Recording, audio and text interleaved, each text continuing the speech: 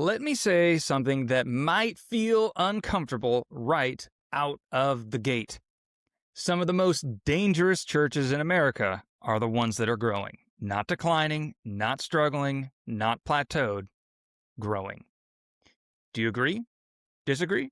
Tune in as we tackle this important question. Welcome back to Breaking the Addiction here on the Disciples Made podcast. I'm Jason. And I'm Brian. Today is episode 3, The Powerful Deception of Successful Addition. In episode 1, we exposed the addiction itself. And episode 2 revealed how it comes through our questions. This episode shows why it's so hard to break. I'm thinking of an 80s love song, You're Such a Hard Habit to Break, when we look at this thing called the addiction addiction. Because addiction, it's hard to break. That's not because it exists, but it plain works. So, Brian, I need to ask you this question. Do you agree? Do you disagree? Are some of the most dangerous churches in America the ones that are growing? Well, I don't think growing churches are necessarily dangerous at all. You know, there's some really healthy churches that I know are growing churches. The challenge is that growth in and of itself can become very convincing. When attendance is growing, budgets are stronger, momentum feels real. There's leaders that are naturally, developing in some areas. But it can be a great temptation to make leaders stop asking the harder and what we would say are the most important questions. It's not because these folks are bad leaders, but it's just because the system appears to be working. I think that's what we're trying to get at. Yeah. Church can grow numerically for years without building a culture where everyday people are actually becoming disciple makers. That's the tension. That's the danger when they stop listening to the nudges of Jesus saying, multiplication was my goal. Amen. Bottom line, addition can feel successful enough that multiplication never becomes necessary. And if multiplication isn't necessary, then we're assuming that growth automatically means that we're producing the kinds of people Jesus told to produce. And that, Jason, to your point and the point of this podcast, that's quite dangerous.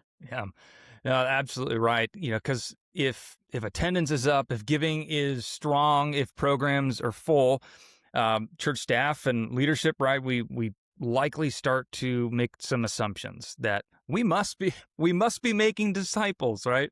But I want to know, what if that's not true? Right. I mean, and to be fair, those things can be absolutely signs of health. I'm not against any of them, but but none of those things by themselves prove that we're making disciples, unless for whatever reason your definition of a disciple is someone who comes to church. I don't think that's Jesus' definition of a disciple. It's certainly not one that's producing the kind of fruit that feels that replicates the lives of the disciples that Jesus made. They might be able to prove that you're gathering people well, organizing well, communicating well, creating helpful environments well. But Jesus didn't simply command us to gather crowds. He said, Amen. make disciples that make disciples is what he modeled for us. So at some point we have to ask the deeper question. Are people actually learning how to follow Jesus in their everyday lives? And are they helping other people to do the same? Yeah, that's a powerful statement. And so for our listeners, that's absolutely where we are going today, because this might be perhaps the hardest truth in this entire season. And here it is, that success can hide the real problem. Addition works well enough to convince us that nothing needs to change. And I think that's likely what makes it so deceptive, right? Because you can measure it, can celebrate it, you can report it, and it becomes visible, and it absolutely feels like progress. But I think that visibility does not always mean transformational, right? So Brian, I'd like to talk about successful addition and its effects. So why is successful addition so convincing to leaders and pastors and church staff? Well, you said it there in some of your comments. It's easier to see. It's easier to measure. You can count attendance. You can track giving. You can report participation. But it's so much harder to measure whether people are actually becoming disciple makers in their everyday lives. Yeah. And, honestly, every leader, including me, is wired to feel encouraged when the Yeah. things that they're pouring their life into appear to be working. That's human. Yeah. But if we're not careful, we start confusing organizational growth with disciple making success. And if addition is filling all the right buckets, multiplication, even if our brains are convinced it must be prioritized, can start to feel unnecessary instead of essential.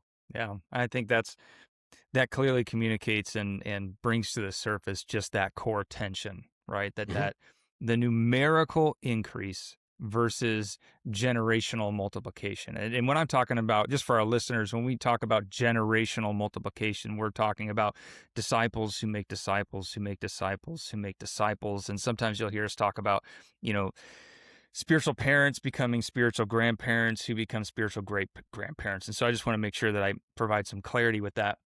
But so this, back to the tension, is that this numerical increase versus generational multiplication, and those are not the same thing. So Brian, can you just share with our listeners what is the difference between numerical increase and generational multiplication? Well, I mean, numerical increase is what's obvious to everybody, even if you're not growing in numbers, you feel the deficit of it. It's primarily about how many people can a church gather or engage or serve directly.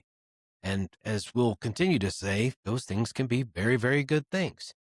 Generational multiplication is different. You used a family picture here, Yeah. disciples making disciples who make disciples. That's when everyday people are actually becoming mature enough in following Jesus that they begin helping other people to follow Jesus, who in turn help other people do the same. Jesus modeled this in his ministry. It was the three primarily, and the 12, and then the 12 went to the towns two by two, and then there was 72. You can see these weren't crowds that Jesus built. These were intentional disciple multiplication generations that he built so that by the time he's gone, there's somewhere between 120 and 300 of them. And that was the nuclear engine that led to the great growth in those early days. And it was built on the multiplication factor, and it sustained itself all the way through today. That's pretty significant. The one addition, it grows primarily through a centralized influence. The other, the multiplication, grows through a distributed disciple making model. Jesus modeled that geographically. Like I said, he sent them by two into the different towns.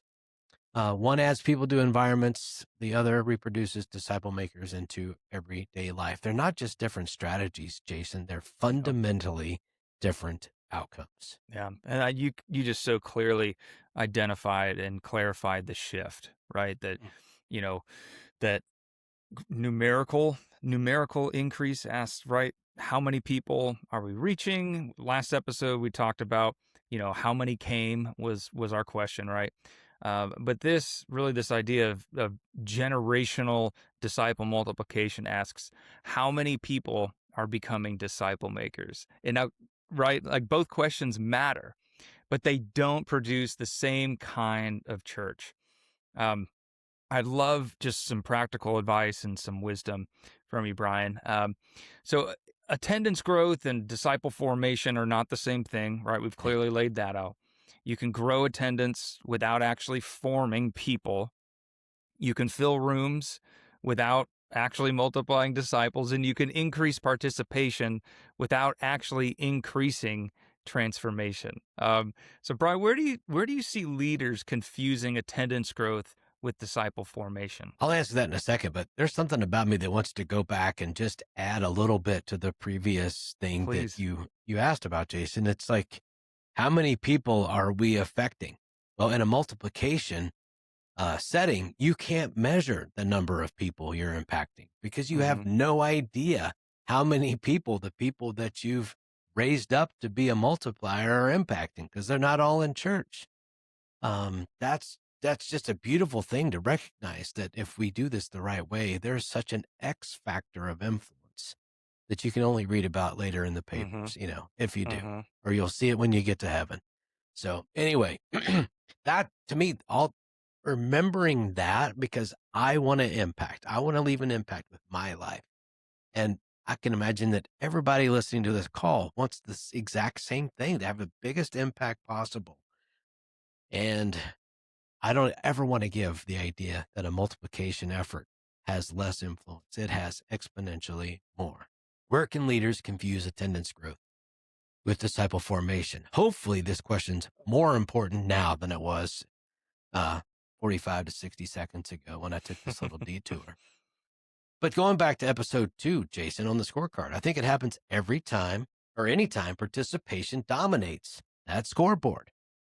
If our main questions are how many came or how many served or how many attended the event, we'll slowly start assuming those things automatically equal formation. And honestly, I mean, that's pretty subtle. Participation matters, gathering matters, serving matters. I'm all for all of it. I think where things start to drift is when churches never clearly define what they actually mean by being a disciple.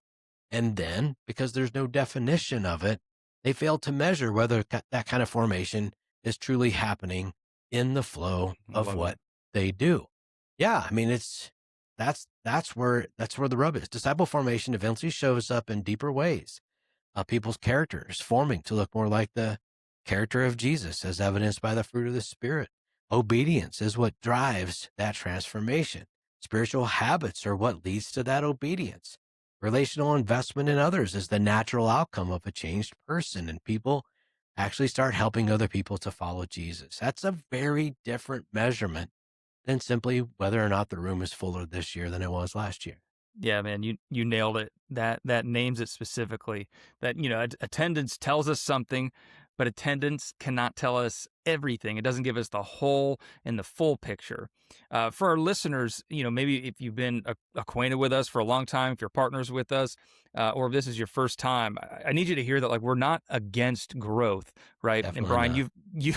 you have clearly articulated that, and we pray that more and more people come to know Jesus, know how much they are loved by Jesus, that they join and commit to churches and experience life transformation. But the issue is when that numerical growth becomes the evidence that we use to assume. And I think that's the key word, that we use to assume that disciple making is actually happening. Brian, why is attendance? Did you want to say something? Yeah. Yeah. I mean, Go ahead.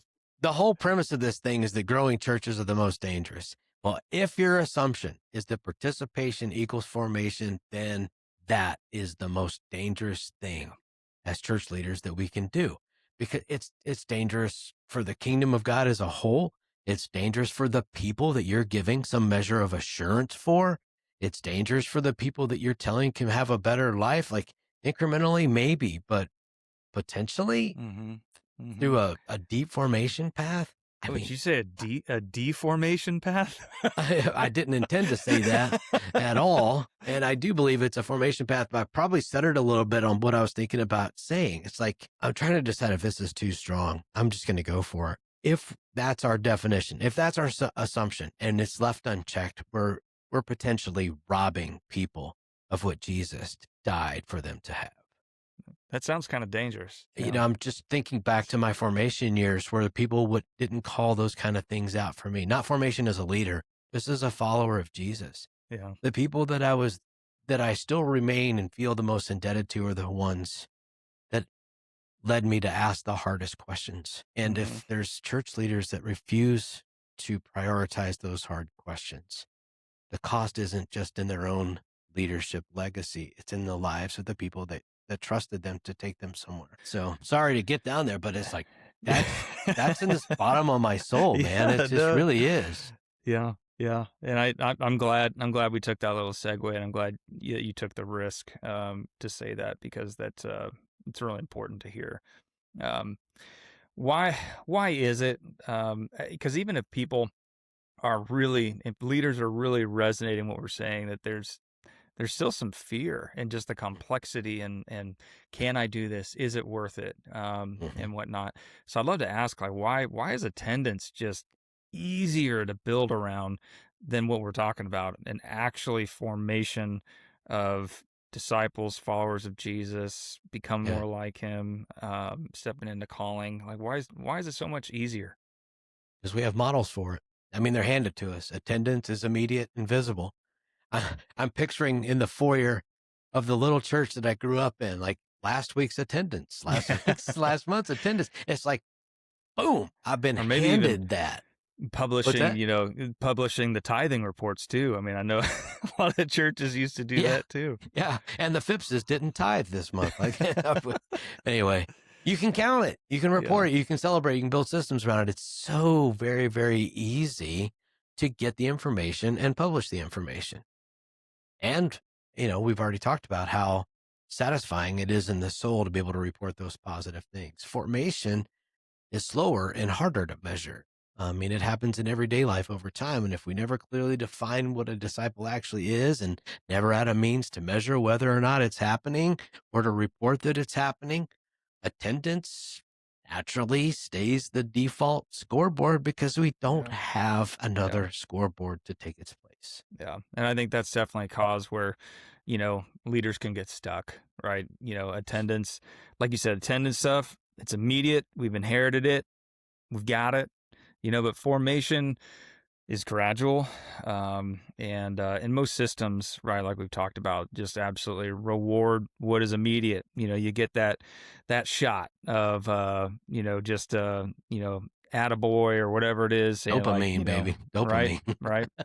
But I tell you, like, as someone who's been in a disciple making space for a long time, I got to tell you that whatever dopamine you get from large numbers can't can't even hold a candle or compare to the life transformation Oh, that that's so true. happens, right? When we start clearly defining what a disciple is, forming them in character and calling, seeing marriages restored, people partnering with Jesus for the first time. That's yeah, I'm not going to go on a tangent, but like, there's nothing like that dopamine shot, and That that's uh, huge. think of the best stories in church or the biggest baptism events with the biggest stories. Like that's a Yeah, rush. I share in that. yeah, But I share more in watching people go from, Jesus is really important to Jesus is the center of my life. And yeah, therefore, through my abiding with him, X factor. Yeah, that's yeah. the stuff. Yeah, absolutely. I want to talk about momentum just a bit, because this is where that deception can get really powerful. When things are growing, it feels like momentum. When energy is high, people are excited, leaders are encouraged, right? And it feels like, we're moving forward, So why does momentum not always mean health? This is a really important question, Jason. I'm thinking back, uh, 2009, 10. I'm listening to an Andy Stanley podcast, and he's talking about how essential momentum is. It's a Hmm. big word, and it's a very important thing to get. And when you get it, you know it, you have it, and you don't want to lose it. Momentum is huge, man. I want momentum, but here's the thing: momentum and formation are not the same thing. Momentum just simply tells you that something is moving, but momentum doesn't necessarily tell you what you're moving towards. It just says that it's moving. In 2010, if you know the Disciples Made origin story, I had huge momentum with our small group ministry. I thought I was at the absolute pinnacle of my career. We just doubled the small group impact in our large church. We added 1,000 people to groups. And it was at that exact moment in time where Jesus, in his quiet but very clear voice, said, "Your momentum, Brian, is leading Mm, you in the wrong direction." that's powerful. You got to say that again. Well, momentum. I mean, think about this. Can you imagine if you're at a little league baseball game and your kid's up to bat, and you've worked with this kid for the longest time, and they just really don't have the mechanics down for the swing. They'll turn the bat, and maybe make contact. Well, what if, for some reason, the way the pitch comes in, your kid just cracks it and it goes, and then they start to run toward third base?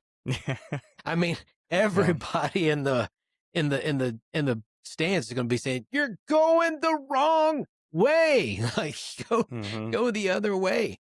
Momentum doesn't necessarily tell you what you're moving toward. You could be moving toward third base because your momentum just. I mean, I've said it, and that's the picture. Your momentum could be leading you in the wrong direction. Yeah. Ugh. success, right? It just does not. Oh, that's the right way to say it. Like it doesn't just feel good. It actually locks those systems in place. We start protecting what's working, organizing around that, start building structure to sustain it. And before long, you're no longer asking like, is this making disciples? That you're asking like, how do we keep this thing going? Right. Um, because if it's working and it's moving and it's growing, then it must be the right direction.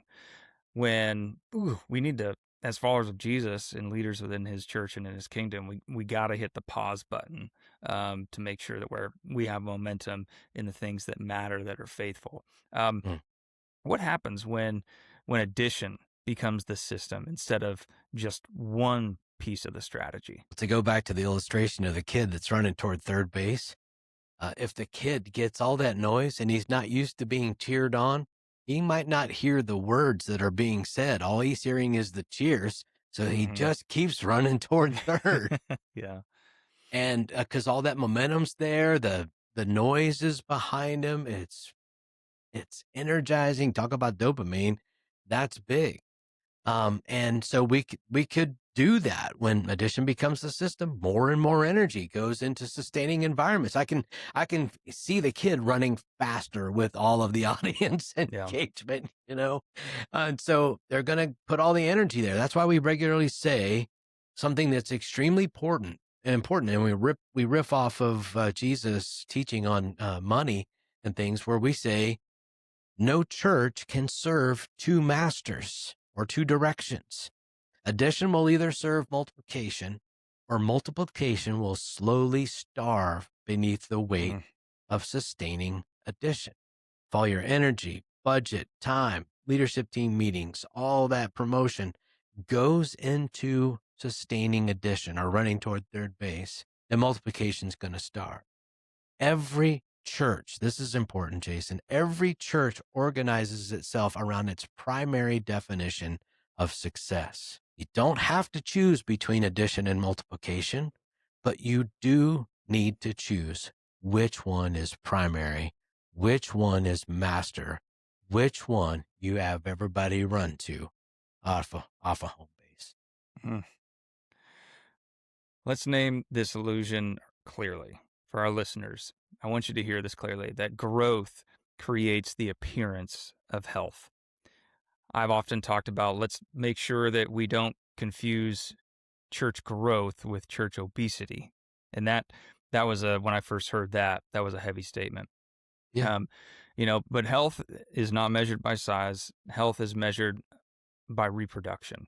Um, Now, I do want to be careful here that, for our listeners, like we're not saying that every church will be large or that every church will be fast growing or impressive.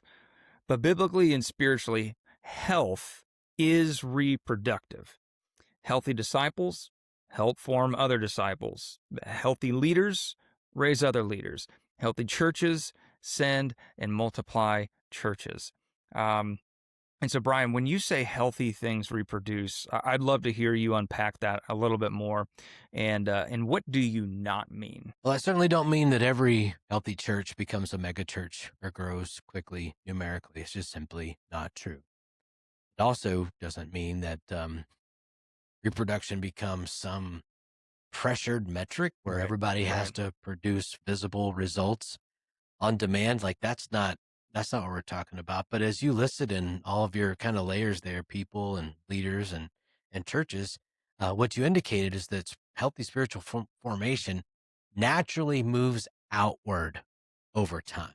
Yeah. The people who are genuinely transformed by Jesus start investing in others for the same. That's what I would call the preferred momentum. To bring back our previous word, momentum Mm-hmm. can be a very Yeah. good thing as long as it's going in the right direction. Same for church leadership. Healthy leaders raise other leaders who produce healthy people, and take it out one layer further. Those healthy churches plant other churches that produce healthy leaders who produce healthy people. The bottom Sounds good. line, yeah, I mean, let's do that.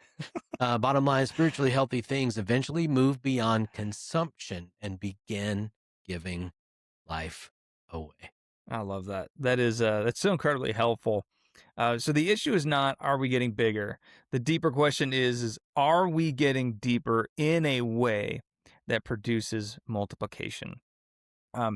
What are some signs that a church may be getting bigger, but not actually reproducing disciples? This is a tough one because, there's a lot of people doing a lot of hard work. Mm-hmm. So Mm-hmm. I just want to acknowledge that, you're working hard. You care. Um, this is not a shot at anybody's effort or sincerity.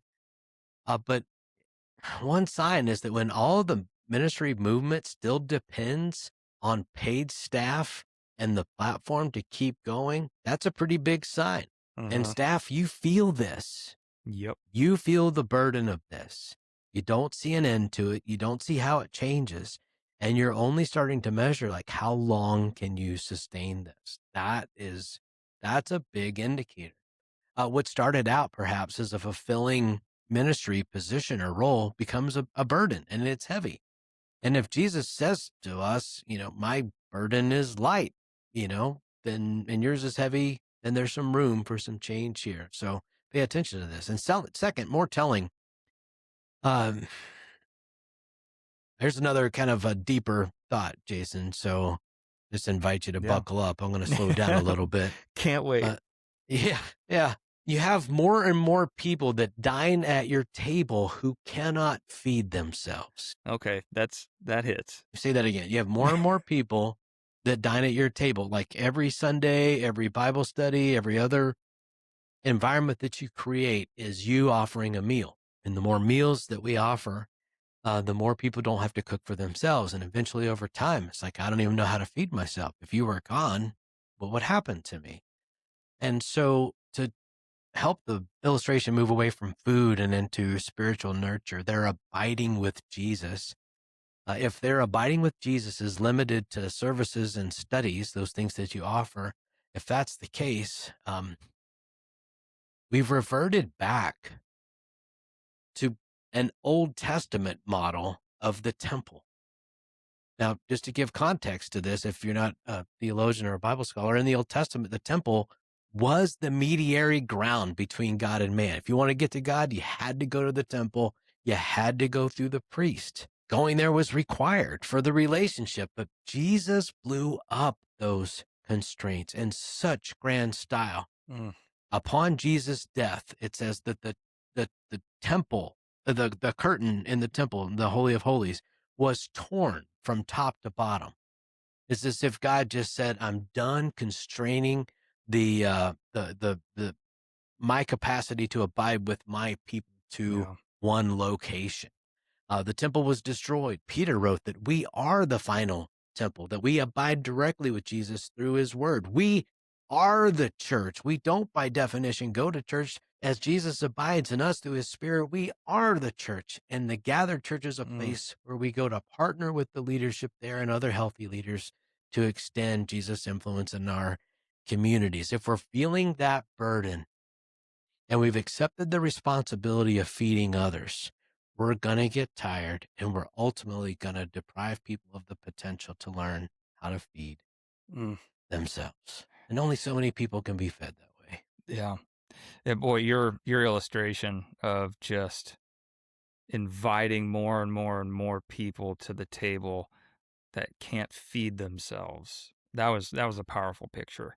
And I think that um, when we have that, when that is the momentum that we are experiencing, when that's the direction that we're headed, I mean, really, that is the addition culture that we're addressing in this podcast season, and that your upcoming book with Ed and Craig addresses, right?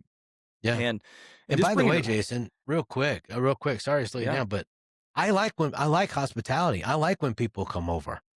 I yeah, like me too, sharing my food. me I mean, too. I Doesn't like, mean you put the food in their mouth. but think about this over time. What if people kept coming to your house and eating and never reciprocated? Yeah, Or yeah. never invited anybody else. At some point, you naturally start to turn from, I'm glad they're here, to, I wish they'd kind of start sharing a little bit. And that isn't because Mm-hmm. you're selfish or mean or Mm-hmm. greedy. It's just the natural order of things. And so, anyway, I tossed Yeah. that out. That's where a lot of church leaders can get in Yeah. that And it's like, well, why don't they step up? I was like, well, because our systems told them they didn't Yeah. have to. Yeah. And that's, I mean, that's good news. I mean, for any, whether you're a pastor, church leader, whatever it is that, because well, it's good news because we're called to equip the saints for the work of ministry, which results in co-laborers and followers of Jesus co-owning the Great Commission, and because it's just so much pressure that leads just to burnout and exhaustion if we are just experiencing what we're talking about, Mhm. right? Um, but with when it comes to that addition focused culture that has a lot of just unstoppable momentum. I shouldn't say unstoppable because it is stoppable. But when you have so much momentum in that addition focused culture, right, is that people can attend, but they're not engaging scripture consistently. People may be serving, but not making disciples. People may be giving, but they're not living life on mission and partnering with Jesus. They kind of they stay and get comfy, but they're not reproducing. And but from the outside, if that's the culture that you're in, I mean, it can look incredibly successful if your church is full and programs are moving. um Brian, I want to go another layer deeper. And here's a couple questions for you. Why is addition so convincing? Why do so many leaders settle there? And I want to say this carefully because this is not about shame at all. But well, quite frankly, because I mean, there's so many pastors and leaders that are carrying real pressure, from whether it's your board of directors, elders, pressure from the budgets, pressure from people. Going back to the budget, it's pressure to make sure that your staff receive their paycheck. I mean, these are real things, and pressure to show that this is working. So why does addition feel like enough, especially under leadership pressure? Well, because I mean, and you said it, if they've set the expectation and they're looking to you for those results and they quote unquote hired you to accomplish those results, then if you're successful with their results, the pressure's off and the affirmation's there and the job's still there and the family's secure and going back to eating, right? There's food on your table. Mm-hmm. And so you kind of have to do that if that's the expectation. So, I mean, it's working according to how the leadership requires it to work.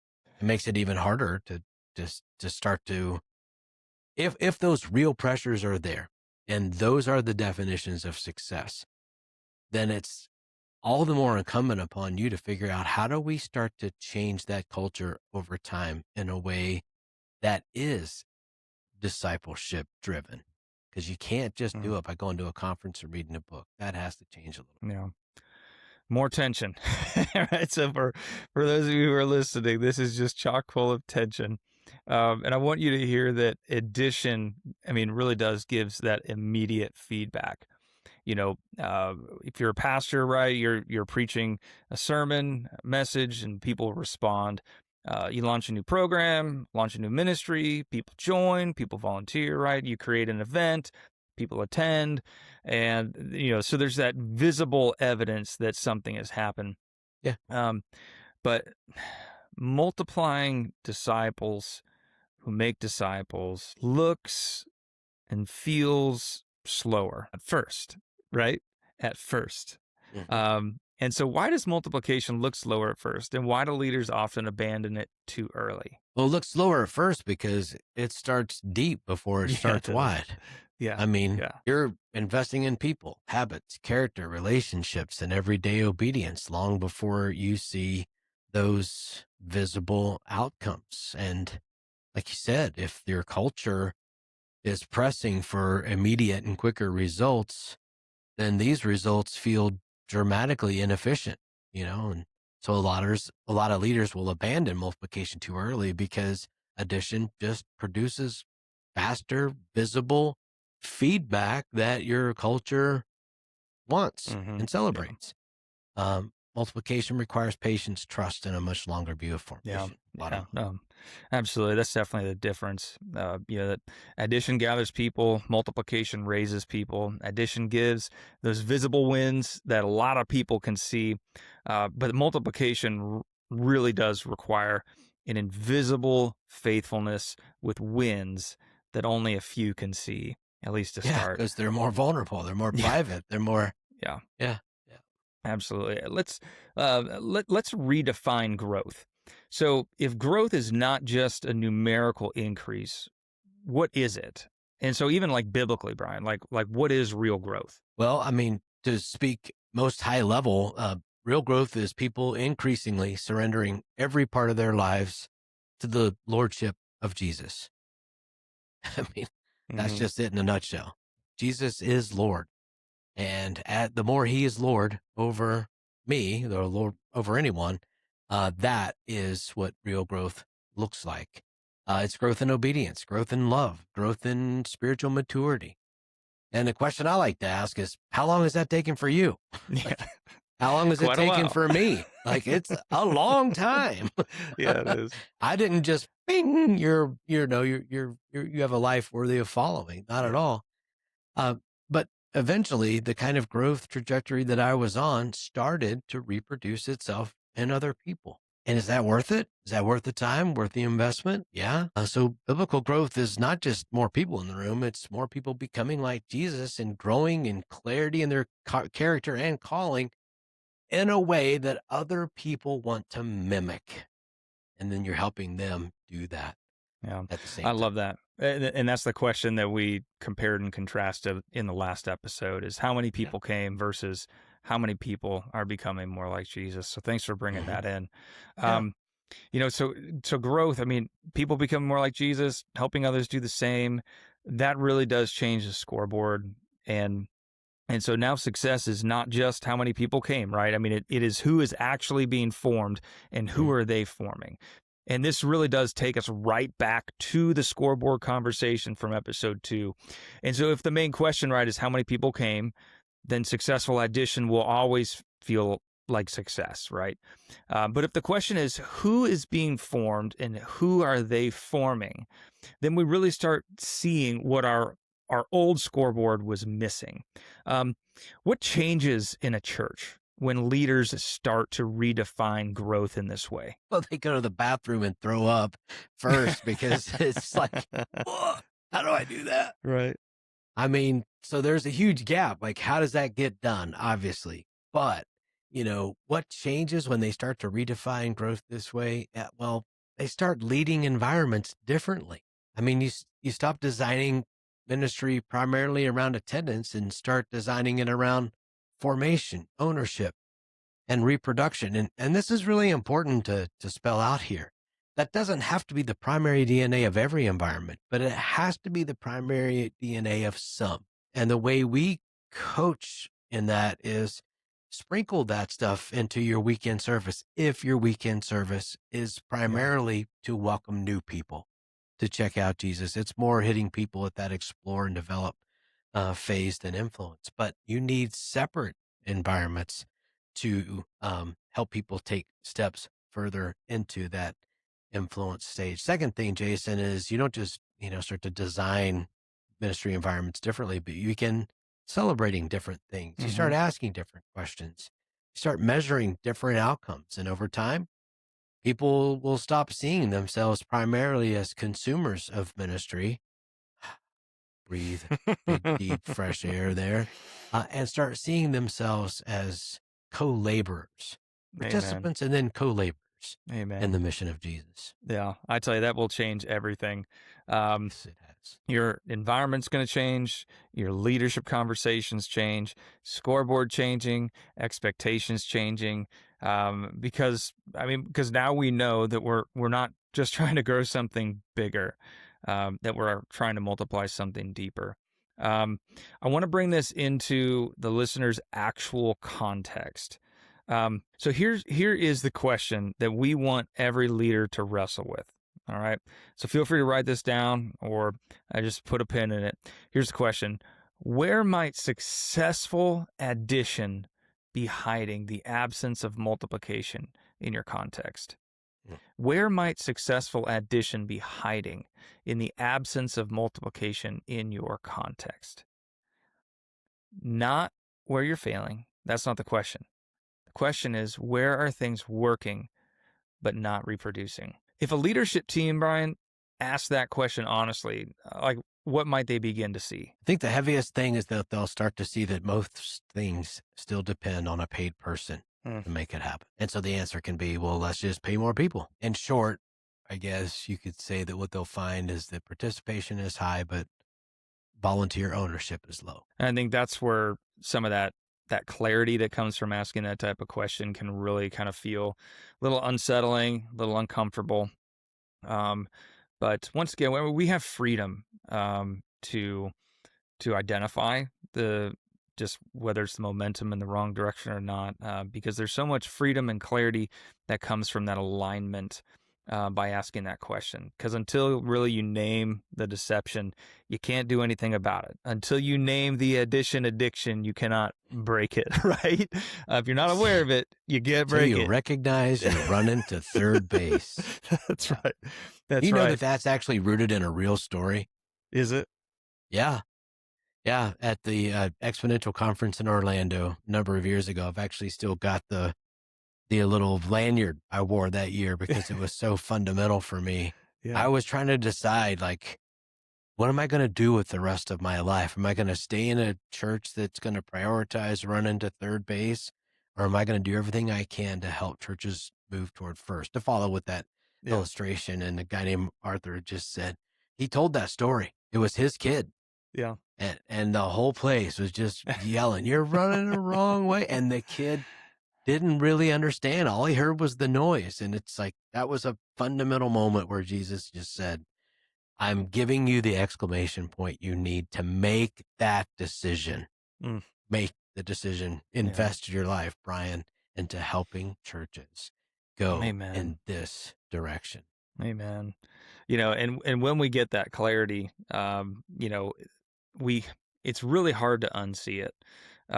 What would be one practical place for a church leader who's listening to start looking this week? This one's really simple. Where are people actually learning how to help someone follow Jesus without your help? Not just attend, not just to serve, not just to consume content like in a small group, but where is disciple making actually being reproduced in normal everyday life that you don't have to drive? I'm assuming it won't take you forever to make an exhaustive list. And if that's the case, that reveals a lot. Well, I hope you as a listener are hearing that invitation to look at what's working and ask, is this ministry environment reproducing disciples? Is it forming people into the image of Jesus? Is it helping disciples become disciple makers? And if not, growth may be hiding in the real problem. So one of the reasons that Disciples Made created the Disciple Multiplication Capacity Assessment is to help leaders see, to help you see what your system is actually producing. Not just, what you hope is true, not just what you say you value, but what your culture is currently forming. So this assessment looks at spiritual vitality, missional engagement, multiplication, your culture and systems. And so if this episode is stirring something in you, don't just think about it, assess it. The link to this assessment is in the show notes. And Brian, I want to ask you, like, for somebody who may be hesitating to assess this, right? Why does a leader need to assess what their system is producing before they actually try to change their strategy? Because before you change the strategy, you need clarity about what your current culture is actually rewarding and reproducing. Otherwise, you'll just keep trying to solve a multiplication problem with the same underlying assumptions and structures that created them in the first place. So, assessment just brings honesty. It provides that new alternative scoreboard. And the scoreboard, honestly, that's where real alignment starts. Yeah. Oh, it's so good. Because, right, if you don't know what your system is producing, you're going to keep trying to improve a system that may be producing the wrong thing, right? Yeah. You're running to third base. So yeah, and you're all along you're saying we're not supposed to be running to third base, but you're still running to third base. Yeah.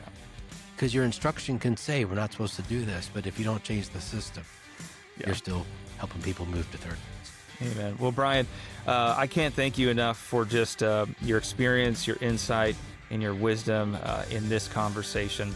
And I cannot wait for our next episode together where we are going to talk about the gap between activity and transformation and why doing more does not always produce what you think it does.